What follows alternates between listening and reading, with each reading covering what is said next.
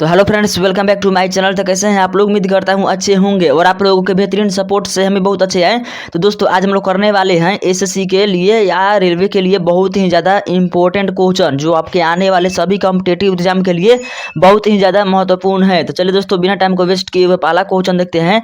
तो आज का हमारा पहला क्वेश्चन है, सिंधु घाटी स्थल कालीबंगन किस प्रदेश में स्थित है?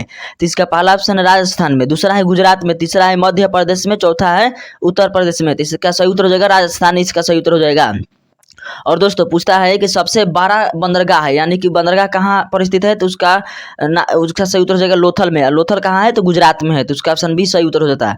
चलिए, 2 नंबर क्वेश्चन है कि सैंधव सभ्यता की ईंटों का अलंकरण किस स्थान से मिला है? तो ईंट कहाँ पर मिला है? तो इसका पहला है बनावली में, दूसरा है कालीबंगन में, तीसरा है चन्हूदरो में, चौथा है मोहनजोदड़ो में।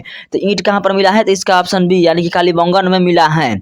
चलिए आगे देखते हैं। 3 नंबर क्वेश्चन, हल से जोते गए खेत मतलब खेत का साक्ष्य कहाँ से मिला है? तो वो भी कालीबंगन से ही मिला है। और जहाँ पर हल से जोता गया खेत होगा वहीं पर ना ईंट मिलेगा, जिससे जोता जाएगा तो इसीलिए इसका कालीबंगन दोनों का सही उत्तर हो जाएगा।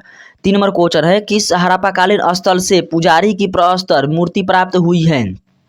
तो इसका सही उत्तर क्या हो जाएगा? तो इसका सही उत्तर हो जाएगा हड़प्पा से। तो हड़प्पा इसका सही उत्तर हो जाएगा। 4 नंबर क्वेश्चन में दिया गया है कि सिंधु घाटी की सभ्यता में घोड़े के अवशेष कहाँ से मिले हैं? तो पहला है बनावली में, दूसरा है लोथल में, तीसरा है कालीबंगन में, चौथा है सुरकोटदा में। तो सिंधु घाटी स्थल के में घोड़े का अवशेष कहाँ मिला है? तो इसका सही उत्तर हो जाएगा सुरकोटदा में घोड़े का अवशेष मिला है। 5 नंबर क्वेश्चन में है, हड़प्पा सभ्यता के अंतर्गत हल से जोते गए खेत का साक्ष्य कहाँ से मिला है? तो इसका पहला क्वेश्चन है यानी कि ऑप्शन है कालीबंगन में, दूसरा है बनावली में, तीसरा है रोपर में, चौथा है लोथल में।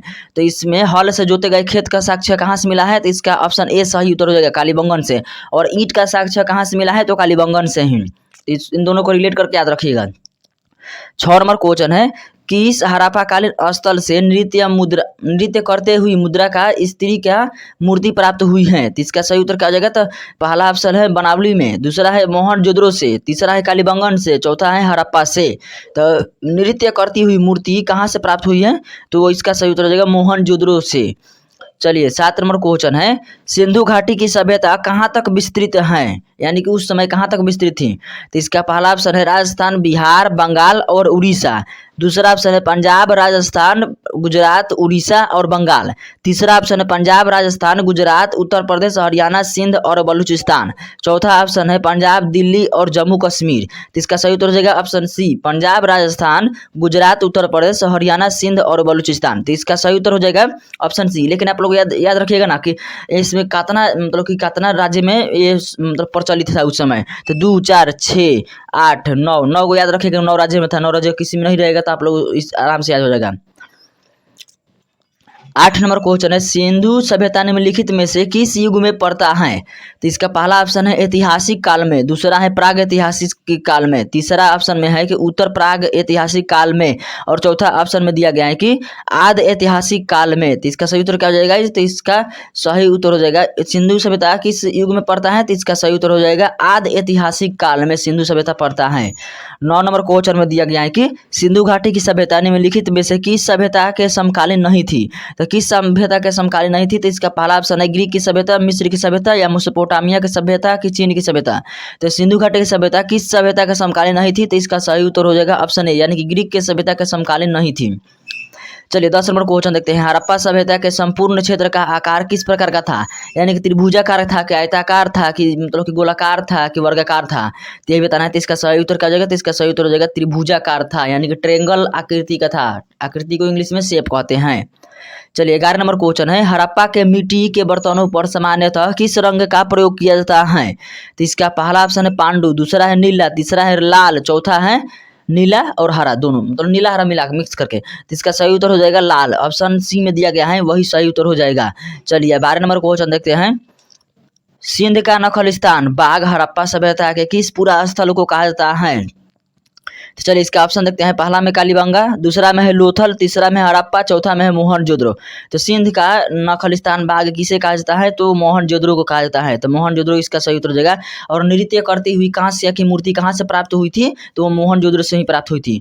मोहनजोदड़ो कहाँ स्थित है? तो पहला है सिंध में, दूसरा है गुजरात में, तीसरा है उत्तर प्रदेश में, चौथा है पंजाब में। तो इसका सही उत्तर हो जाएगा ऑप्शन ए यानी कि सिंध में मोहनजोदड़ो स्थित है।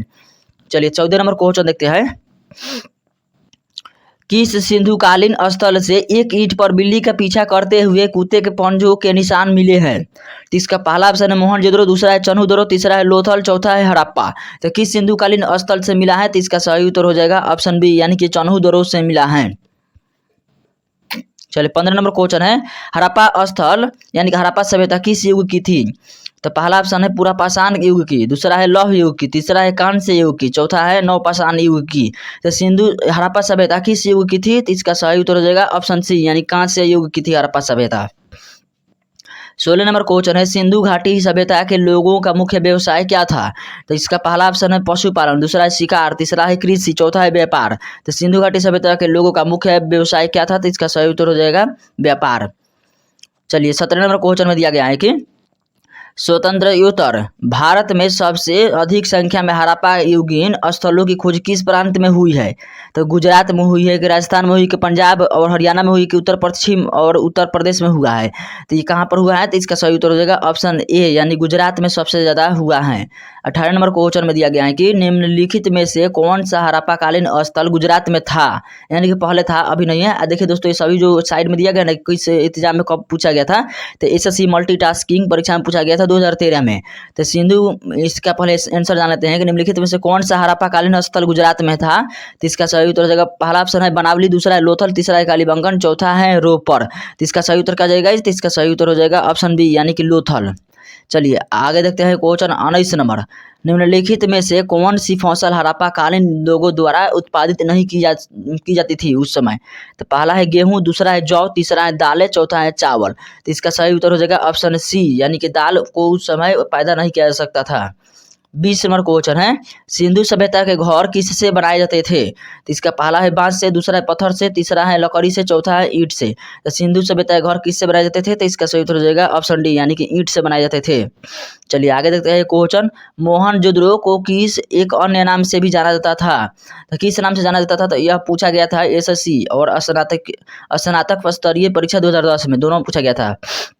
तो चलिए इसका सही उत्तर क्या हो जाएगा? तो इसका सही उत्तर हो जाएगा पहले मोहनजोदड़ो को किस अन्य नाम से जाना जाता है? तो मृतकों का टीला, जीवितों का टीला, कि कंकालों का टीला, कि दासों का टीला। तो इसका सही उत्तर हो जाएगा मृतकों का टीला यानी माउंट ऑफ डेड, तो इसको कहा जाता था। तो चलिए दोस्तों आज के लिए इतना ही, वीडियो देखने के लिए धन्यवाद। अगर जो हमारा कंटेंट आपको पसंद आ रहा होगा तो इस वीडियो को शेयर कीजिएगा, लाइक कीजिएगा। Thank you.